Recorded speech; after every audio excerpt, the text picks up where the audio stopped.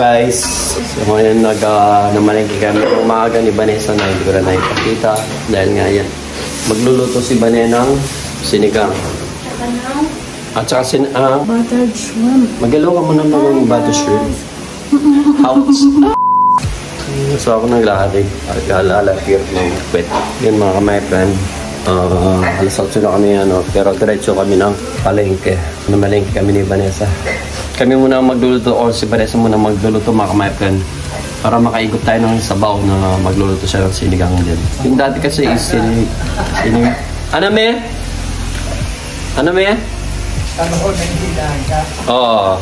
Para si mami naman is makaigop ng mainit na sabaw na sigang mga ka-my-friend. So si mami na is nagpapagaling na lang si mami. Ito pa yung update namin sa ngayong umagang to. And then yung asawa magluluto. Si ka-my-friend Vanessa. Siya magluluto ngayon mga ka-my-friend. At tayo ang videographer ngayon mga ka-my-friend. Bukas na yung death anniversary ni Tatang Oscar. Hindi pa natin na ibalik. Bukas. Umaga akong pumunta kila Manini bukas mga ka-my-friend.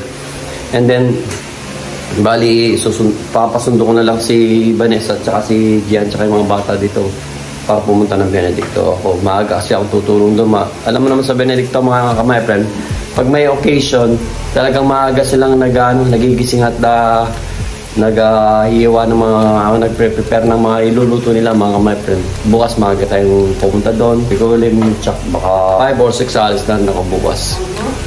Talagang maaga kasi maaga silang talaga maghihiwa. Wala nang masyadong mga kasama si nanay. Hindi ko alam kung sino makakasama niya bukas. Yun, una si Mina, sigurado si Mina dahil silang bibili ng mga gulay.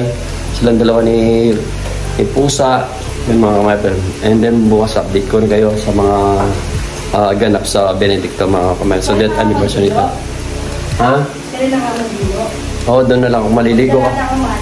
Oo, yun ang pinakamaganda kasi susuotin ko yun. Sigurado madudumi yan. Dahil nga maghihiwa, papawisan, maglilinis ng bahay. Kasi alam mo natin si Manny wala nang kasama sa bahay, kundi si Dagola yung so, saka si Quincy, saka si Makoy. Siyempre, kailangan din niya yung tulong natin para maglinis mga ka-my-friend. Babalik na rin natin yung bahay ni Manny bukas mga ka-my-friend. Mga asawa is nagpe-prepare na ng... Ha? Papalambutin niya daw muna yung babo. Pero okay na, mga 8 hours naman. Oo, 8 hours na tayo nakatulog. Anong oras ba tayo nakatulog sa gabi? Yan. Mga ka-my-friend. Tabi-tabi sa mga kapatid natin. Din. Meron silang pero yung mga anak ni Vanessa, sila Rudy at saka may sarili silang ulam. Ipagluluto sila ni Vanessa ng ano be? buttered shrimp. Butter shrimp daw. Yung niluluto sa Germany. Yung niluluto ka-my-friend, mga ka-my-friend, yun ang luluto ni Vanessa sa mga bata. Dahil kami, matagal na kami hindi nakakapag-sigang. Umiigop na lang na kay mami para makaigop siya ng sabaw, kahit sabaw lang at saka kanin yung ano niya at saka ito hindi niya makakain. Ito yung sa mga bata mga ka-my-friend. Pumili si Vanessa ng Jeepon. Ang mahal ng ganito mga ka-my-friend, ano niyo ba? Yung konting ganito is 110 mga ka-my-friend. Dito pala dapat. Oo, may nandyan. Yung mga ka-my-friend. So, tatlong binili ni Vanessa. Siguro 110 yun mga ka-my-friend. So, 330. Lalagay ba sitaw? Ha? Oo, lalagyan ng sitaw, kangkong, gabi.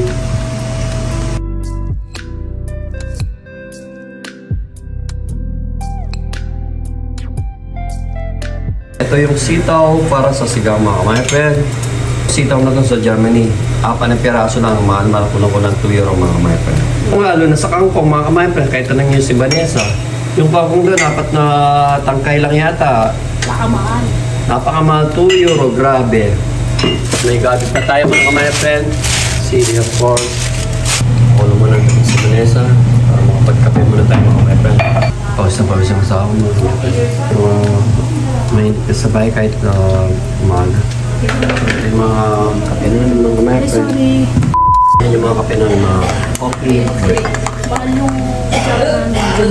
Yung mga kutsara na mga ka-my-friend. Bili akong nalagyan mamaya. Mga kutsara na mga ka-my-friend binili ba siya? Mga ginto. Walang pera sangla. Sangla yun mga kamay-friend. Tignan pag nandito si Vanessa, ang ganda ng kusina niya. Tignan mo. Ang dami niyang... Diba? Ha? Magaling ka ika. Oo. Bumibili talaga siya ng ano. Bumili rin siya ng butter para sa butter garlic shrimp. Mga kamay-friend. Mas sarap yung mga butter dito sa Pilipinas mga kamay-friend. Bumili rin kami. Sili nga ba? May sili na rin ako sa wakas. Pag kumakain ako ng tilapia, gusto ko ba yung sili mga kamay-friend. Eksakto yan sa sinigang. Matis may sili yung sinigang mga kamay-friend. Pinapakuluan na ni Vanessa yung sinigang gang. Muna natin. Balikan natin yung pinakulong baboy ni Vanessa after 2 years mga kamay-friend. After 20 minutes ko. So guys, sabi na sa akin, hindi na daw marunong mag-ano ng kampo. Hintay. Mahal kasi ito sa German. Kaya hindi tayo. Yun ang. So kaya kahit pati yung lahat ba, ilagay mo yung lahat yan. Kintang. Ano ba? Eh? Ay, yes, wala kasi may masarap yung kangkong mga metro. Mahal kasi ito doon. LT pa. Mahal? Magkano kasi ito? Mahal. Ako na ako. 2 euro. 10-20. Ano? Ipapa-eyelash mo rin si Mami. Sarap pa yung luto ng masarap mga metro. Ano naman? Diba? Yung magigising ka, nakita ko na. Yeah. Saan ka nun? Diyan. Para hindi siya makaano. Hindi siya tinapin ko yung spider. Ano yun pa yung ibang ganito? Masarap to kasi. Wala kang alam. Masarap din kasi yung ganyan. A few moments later. Okay na yung kangkong. Madali lang tayo sa sasabi. So, masarap. Mas maraming kangkong, mas maraming sitaw, mas masarap. Si Vanessa, inalis na ng ulo yung mga ipon, mga kamay-friend. Yun yung mga balat. Kaso di ko na na-video. Nagkikipag-chismis kasi ako doon sa naglalagay ng ano. Papalagay pa din. Yung naglalagay ng analysis. Napag-chismis tayo, my friend. Yun ako naka-video. Hindi ko, nakalimutan ko nang may asa pala ako dito. Hindi mo makapanin. Inuubo tayo mga kamay-friend. Paklas. Ano siya? May pamaya yung asawa ko. Natin yung niluluto ni Vanessa mga kamay-friend. Yung sinigang ni Vanessa. Kukulo-kulo pa. Kunting ano pa. Takpan muna natin. Uy! Ano yun? May magnana ako dito mga kamay-friend. Yung ginagawa ito magnana ako. Ay na eh. Pabili po. Sama-sama yung mga magyos. Pabili yung dalang pasikanton tsaka Skyflakes. Nagtitinda yung asawa ko eh, mga kamay-friend. Wala siya magtitinda. Bili ko ng Skyflakes. Ano po itong, ito yung masarap mga kamay-friend. Pampalaman. Magdadala kami nito, bumili na kami 30 piraso. Masarap din to sa kalderetang. Lahat ng any kind of kaldereta sa Pilipinas mga kamay. Ganyan ko eh. Ha? Yung ganyan din. Iba yung sa kanila, hindi ka tulad dito sa kanila. A few moments later. Iwan ang bawang si Bane.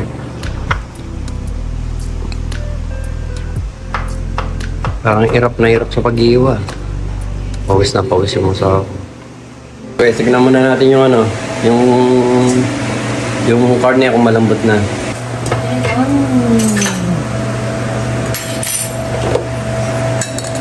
Natin kung malambot na mga my friend.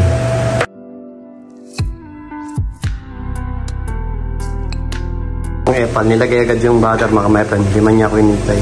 GG. So nilagay na yung butter mga my friend.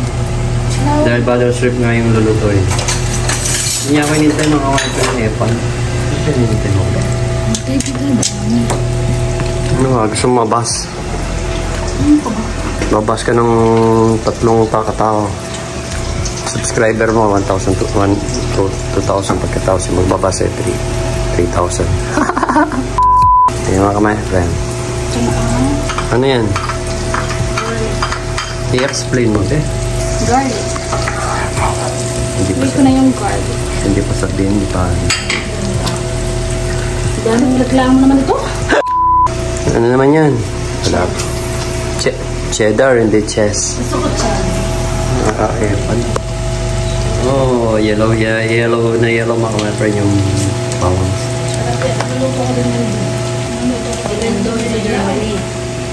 Ipigit mo kasi yung mata mo, be. Pag pinatayan, wala na akong nakita. Pag kasi, matulog ka, me, ipigit mo yung mata mo. Hindi mo makikita yung niluluto ko pag pinatayan.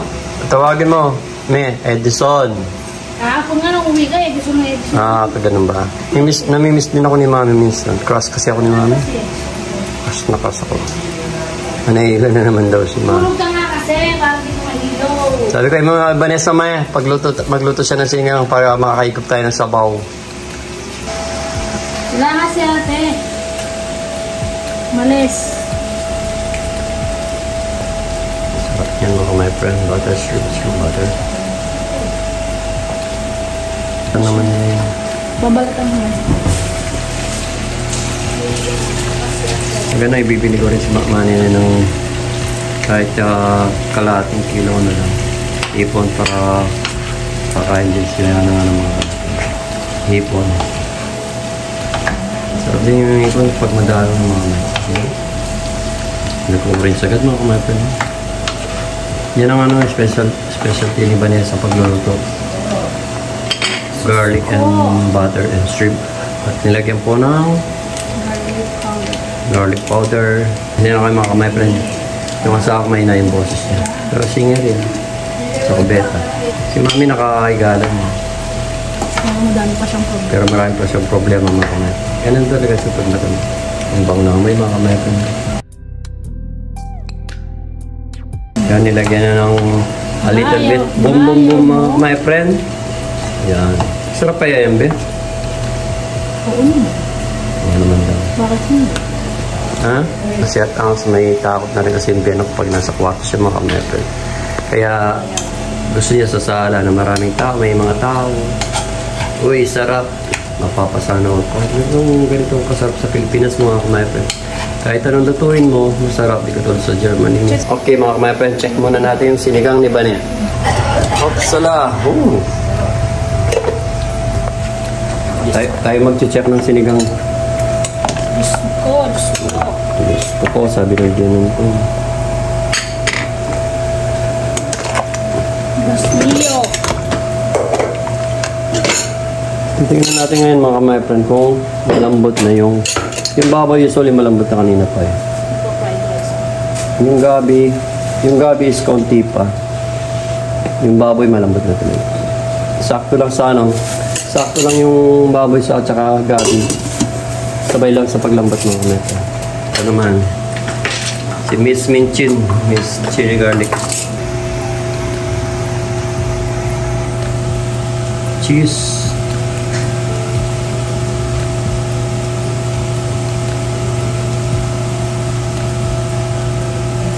Yung mga my friend, no? Butter, garlic, shrimp na may cheese. Hey, wow. Kaya ako sa fried rice. Ano ba? Fried rice ko na. Oo, marami tayong kanin.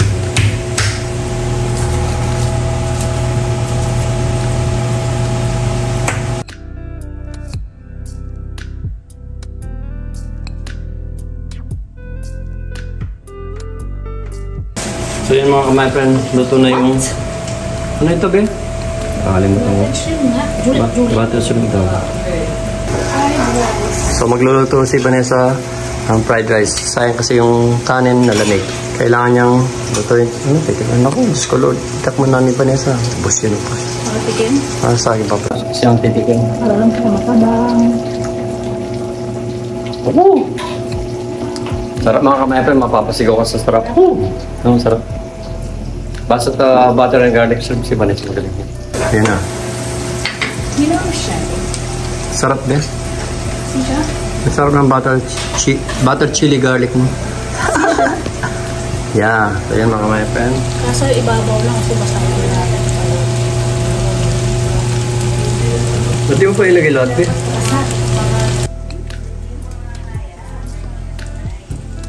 Saan? Fried rice mga my friend.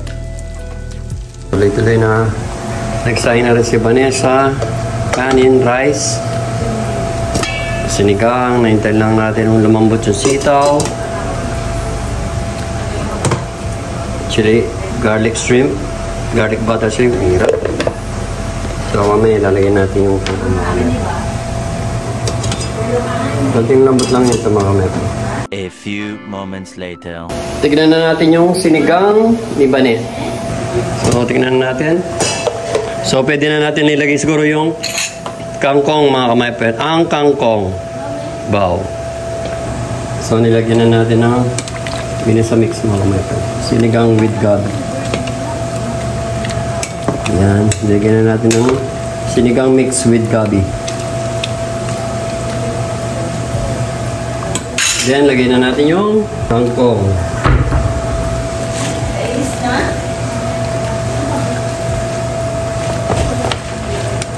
Masustansya na yung kangkong mga kamaypet. Pwede nga lang maraming kangkong. Kasi masustansya yun. Tapos na yung pagluluto siguro. Bali yung kanin na lang ulit. Laki ng langaw. Tignan muna natin kung masarap ito yun.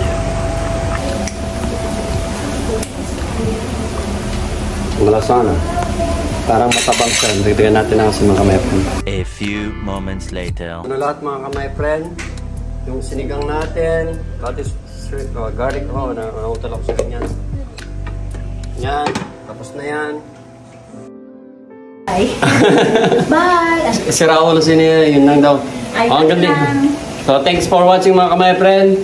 And keep safe always and God bless. See you in the next vlog. Bye-bye. See you next vlog.